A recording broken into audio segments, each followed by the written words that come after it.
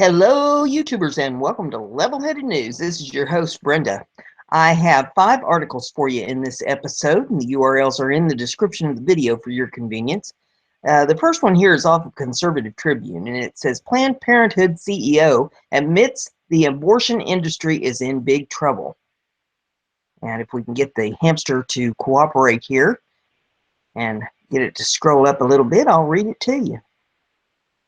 Here we go. Only 6 short months ago, abortion provider Planned Parenthood had an incredibly bright outlook on their future, as they had largely survived the terrible public relations crisis that stemmed from the horrific undercover videos exposing their atrocious practices, and believed they were about to have a true friend and open abortion supporter in the White House in the form of then Democrat presidential nominee Hillary Clinton.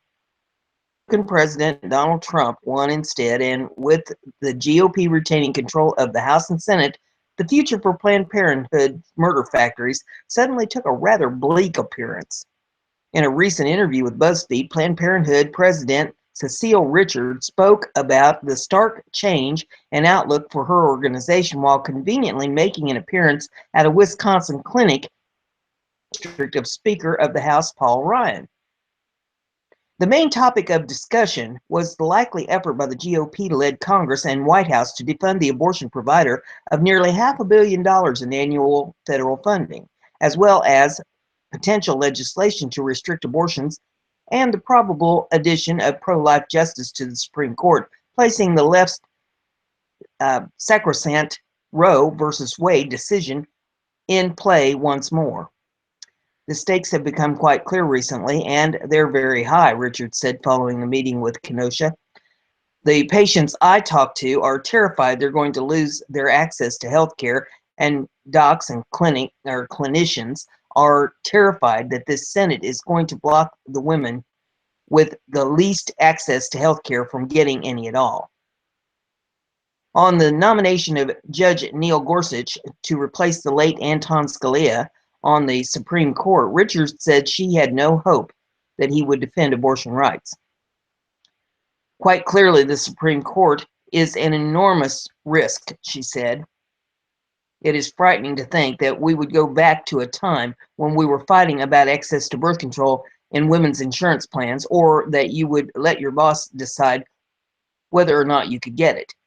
Richards did seem to take heart in the various protests and women's march against Trump, saying, I've never seen a reaction like this before in this volume. However, she added as a caveat, the truth is no one really knows what will make a difference anymore, but that we do everything we can.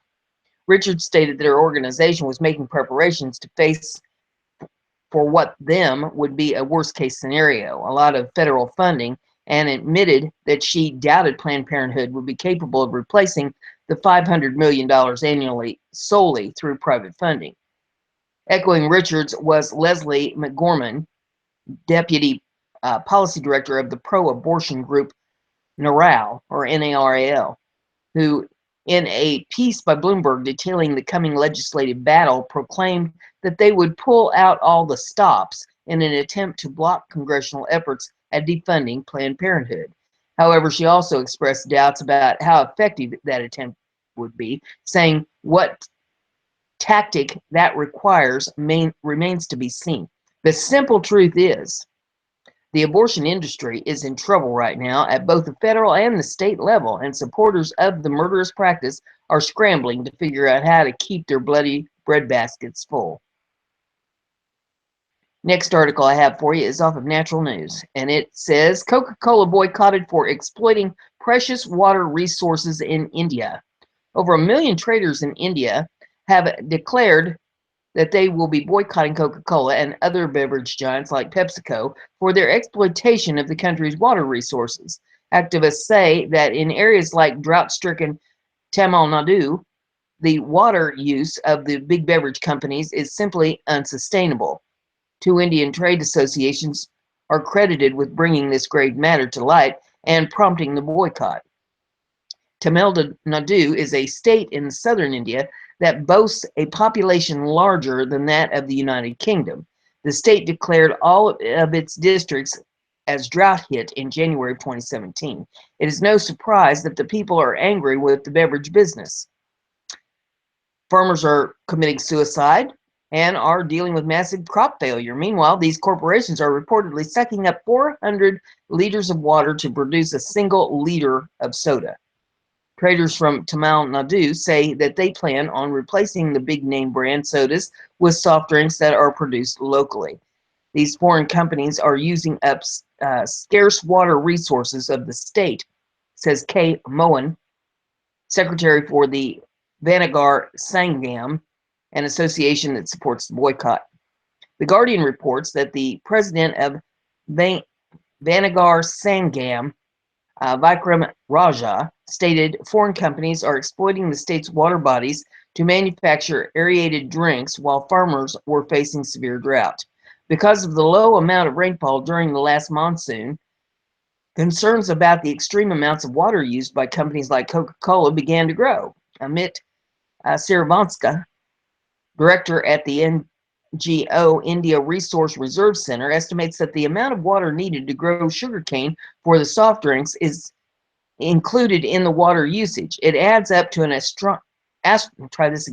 adds up to an astronomical 400 liters of water just to produce a 1 liter bottle of soda. Siravanska believes that the demand for both sugar and water to create these fizzy drinks is very problematic for India. Sugarcane is a water-guzzling crop. It is the wrong crop for India, he stated. Last year in November, the Majuri bench of the Madras High Court granted an interim injunction against Coca-Cola and PepsiCo to restrain the companies from taking water out of the, and I'm not sure how this is pronounced, it looks like Thamarabarani River. I don't know. It's a big, long name. I know that for sure. Tirunelveli District Consumer Protection Association Secretary Dr. Prem Bakar had filed a petition against the beverage giants. The petition demanded a ban on the company's use of water from that river. The petitioners' council noted that the river is essential for agriculture and the livelihood of the people who live nearby, and that corporate use of the water was negatively affected by those residents and agricultural endeavors.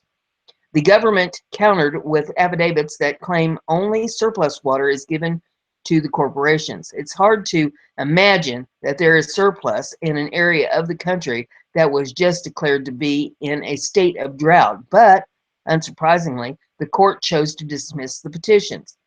In spite of the court's dismissal, Indian trade associations have shown that they will not be so easily taken down. Shopkeepers in the Tamil Nadu reportedly began removing Coca-Cola and Pepsi brand sodas from their shelves at the beginning of March. The Indian Beverage Association is reportedly displeased with the boycott, given that the organization represents many large beverage associations. Their disapproval is not unexpected. The beverage industry isn't exactly known for their sympathetic business practices, and it stands to reason that their trade organization would be no different. Water is one of the Earth's most precious resources. Sadly, many corporations and their patsies only see water as a commodity to be used for profit. The next article, again, is off of Natural News, and it says, Health freedom under attack. 134 vaccine bills introduced in 35 states supporting forced vaccinations. In 2015, California signed into law the highly contested Senate Bill 277, or SB 277, accomplishing two outcomes. First, the bill eliminated the personal belief exemption for vaccination. Second, the bill's actionable directive served as a sobering wake-up call that mobilized the public and the medical community to enter the fight for an evaporating health freedom and informed consent. Yet, despite multiple whistleblowers within the Centers for Disease Control and Prevention, otherwise known as CDC, spotlighting research corruption and pharmaceutical industry collusion, over $3 billion paid out in vaccine damages by the Vaccine Injury Compensation Program, widespread vaccine contamination, and overall ineffectiveness and dangers of the current vaccine schedule. There has now been 134 vaccine bills introduced in 35 states in the first 7 weeks of the U.S. legislative season. According to the National Vaccine Information Center's otherwise known as the NVIC advocacy team, who track vaccine-related bills. 31 new bills have been added since the team's last update 2 weeks prior. 8 of these new bills are in 5 states appearing for the first time. The coordinated legislative push represents nothing short of a full frontal onslaught by the pharmaceutical companies working through their lobbied politicians to force dangerous vaccine products upon the backs of the entire U.S. population. Looking deeper into the tidal wave, the vaccine-related legislation sees 8 states deemed priority opposition alert states by the NVIC, proposing bills to restrict or eliminate vaccine exemptions altogether. Similar to California's new normal, thanks to SB 277, legislators in Connecticut, Iowa, Minnesota, New York, Oklahoma, Pennsylvania, and Texas, and Utah are now hoping to remove and impede pillars of health freedom and parental choice. And if you want to know more about that, you can go to greenmedinfo.com. That's greenmedinfo.com. The next article that I have for you is a natural news article, and it says, Monsanto on trial. Former EPA official to testify about covering up the link between Roundup and cancer. A multi-district cancer lawsuit is heavily underway in San Francisco, California. The suit alleges that Monsanto failed to warn the public about Roundup's cancer risk to humans. 60 plaintiffs, many suffering from non-Hodgkin's lymphoma, are accusing Monsanto of covering up evidence that Roundup herbicide could cause cancer. A former EPA official, Jess Rowland, is set to testify in the case and could reveal EPA's buried science linking Roundup, which is also known as glyphosate, to cancer. U.S. District Judge Vince Chahabria is looking forward to Rowland's Rowland's deposition. There we go. I see it. My tongue doesn't want to say it. My reaction is when you consider the relevance of the EPA's reports and you consider their relevance to this litigation, it seems appropriate to take Jess Rowland's deposition, he said. Due to the regulatory concerns, this case is currently holding Monsanto back from a $66 billion mega merger with German pharmaceutical company Bayer AG. What will Rowland's deposition uncover?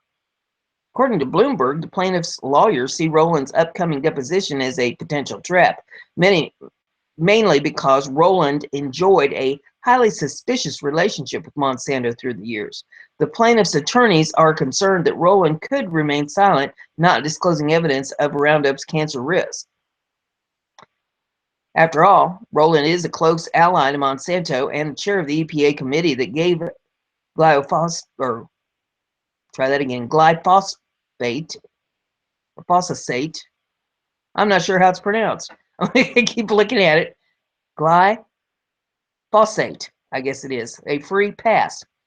In May of 2016, Rowland chaired the EPA's Cancer Assessment Review Committee, or the CARC. At the time, CARC determined that glyphosate, there we go, was not likely to be carcinogenic to humans. Suspiciously, Rowland left her chair position just days after CARC's pro-glyphosate report was leaked to the press. The mainstream media used CARC's pro-glyphosate conclusion as a rebuttal to the contrasting scientific conclusion that was rejected a year earlier at the International Agency for Research on Cancer, known as the IARC. The independent team of scientists had previously reported through the World Health Organization that glyphosate was probable human carcinogen. The glyphosate toxicity to humans, an overview explains that the chemical disrupts the shikimate pathway of both plants and important microorganisms in the human gut and can even accumulate in bones. Glyphosate scientist Dr. Chana Jayasamana, I'm guessing that's how it's pronounced, wrote that Glyphosate acts as a cancer or a vector of these heavy metals to the kidney by disabling protective gut microorganisms. Glyphosate becomes a vector by which other toxins weaken one's immunity. For this reason, Sri Lanka's president banned herbicides containing glyphosate in 2014. Warring factions inside the EPA buried evidence on glyphosate toxicity. When IARC's finding came out on glyphosate, Monsanto insisted that glyphosate was 100% safe with no link to cancer. Not long thereafter, Rowland's pro-glyphosate conclusion came out through the CARC. According to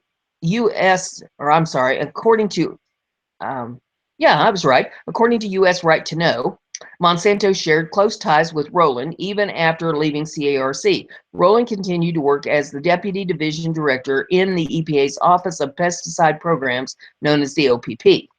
Working with Rowland, Monsanto could readily control the scientific conclusions for agrochemicals, especially since Rowland operated within the health effects of division of the OPP.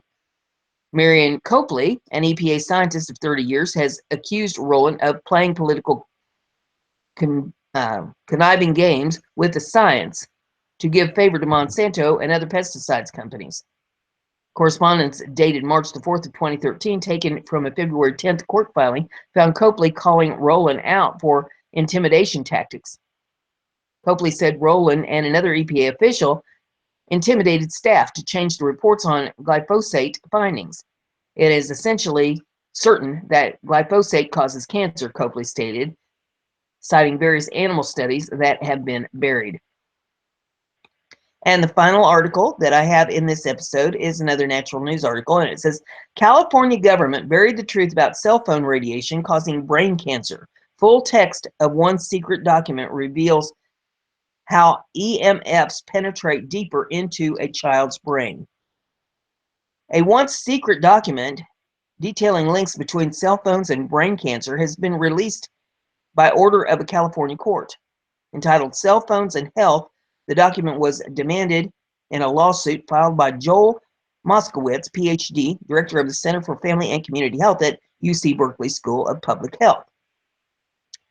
And there is a link where you can click to read the full document if you want to read the whole thing for yourself. It says, I would like this document to see the light of day because it will inform the public that there is concern with the California Department of Public Health that cell phone radiation is a risk, and it will provide them with some information about how to reduce those risks, Markowitz told a local CBS affiliate. The document says that long-term cell phone use may increase the risk of brain cancer and other health problems, and admits that cell phone EMFs can affect nearby cells and tissues. In a special warning section about children, it also explains that EMFs can pass deeper into a child's brain than an adult's. EMF stands for electromagnetic field.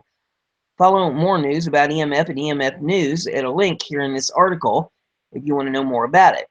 According to the document, there's no evidence that EMF blocking devices or cell phones actually work. By the way, I haven't personally tested any in my lab, so I can't say whether this is true or false, but from a common sense scientific point of view, if they really blocked EMF signals from the phone would no longer be able to make calls because it couldn't communicate with cell towers. California government deliberately hid this information from the public. California government actively hid this document from the public for at least 7 years, likely under pressure from the industry lobbyists who have long sought to conceal the evidence of harm caused by cell phone radiation. In the same way that biotech companies seek to conceal the harm of GMOs and pesticide manufacturers conceal the harm of pesticides, and vaccine promoters conceal the harm of mercury in vaccines, the cell phone industry doesn't want any evidence linking EMFs and brain cancer to see the light of day. In truth, your brain is under massive chemical, electromagnetic, and propaganda assault on a daily basis. Some of the many attacks on your brain include brain-damaging fluoride in the public water supply, mercury preservatives in flu shots, pesticides in non-organic food products, EMFs from mobile phones, Wi-Fi broadcast signals, fake news media propaganda, brain-altering medications such as antidepressants. And if you want to know more about brain health, you can look it up on brain.news. That's all I have for you in this article. If you like what I'm doing here, give it a thumbs up. Don't be afraid to let me know. Share it on your social media so everybody gets to hear the news. And if you haven't subscribed yet, please do. That way you'll stay informed. See you in the next one.